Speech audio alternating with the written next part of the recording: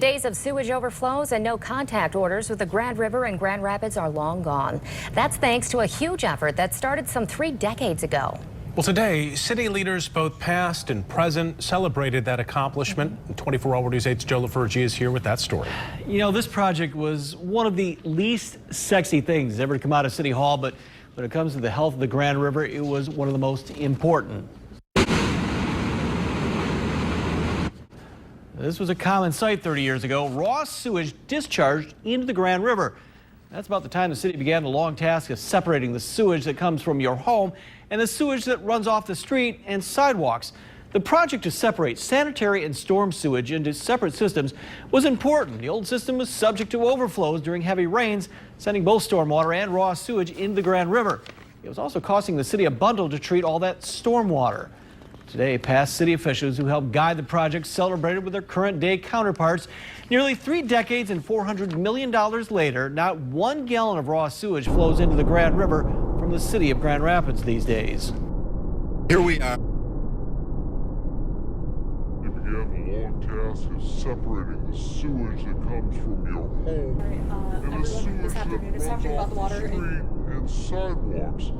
The project to separate sanitary and storm sewage into separate systems was important. The old system was subject to overflow during heavy rains. Yeah, so we got notified, our operators basically noticed a large pressure drop about 1:30 this afternoon. As we started to dig into it and respond to it, we came to the conclusion that there had to be some sort of break somewhere that was causing an issue with the pump stations.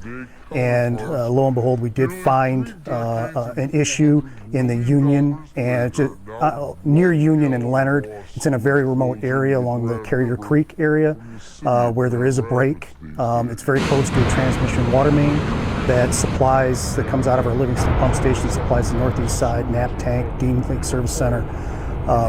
That pressure drop from that break created an issue at our Livingston pump station on the discharge side that caused our pressure switches there to go into alert and shut the pumps off. And when those pumps shut off, it effectively killed service to the northeast side. Our Knapp tank drained rather quickly, obviously because of demands in the system. And at that point, we knew we had to isolate that. So crews responded as quickly as they could to isolate that. And we really responded as quickly as we could. Like I said, we were notified about 1:30 by the operators, and by 2:30, 3 o'clock, we were already starting to make valve operations happen to isolate that area. Not at this point. We don't know exactly why the break occurred, okay, but we're going to be looking into that more tomorrow, and the formal repair will happen tomorrow. It does not impact, the break itself does not impact any customers directly. Okay, so nobody is technically without water.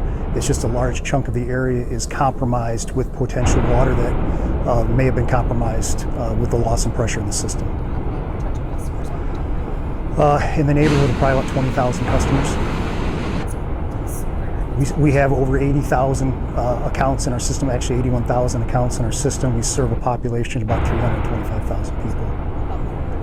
About a quarter of our accounts were impacted by this. Yes. Those customers include residents and businesses? That's residents and businesses, and basically mainly the 2nd ward, a little bit of the 3rd ward, and then also Grand Rapids Township is impacted as well. Do you know how many in Grand Rapids Township, or is that in the number? That would be part of that number. They're part of our retail system, yes. And we've heard for some people that their water has come back on. You know, some people had none, and then they had a little low pressure, got better, they got a little back. Do you know how many you have left? All residents should have water service at this time. However, because of the loss in pressure, we are asking that they boil their water until further notice.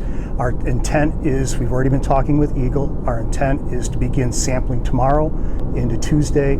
Hopefully by Wednesday, if everything goes as we hope, and all of our samples come back clean, then they should have their water service back Wednesday where they won't have to boil it. For people that understand, can you just take me through the importance of boiling water at this time, why you got to do it? Well, what can happen when there's a loss in pressure in the system, there's a chance that harmful things from the ground can end back up in the water system, in the pipes and stuff like that come out.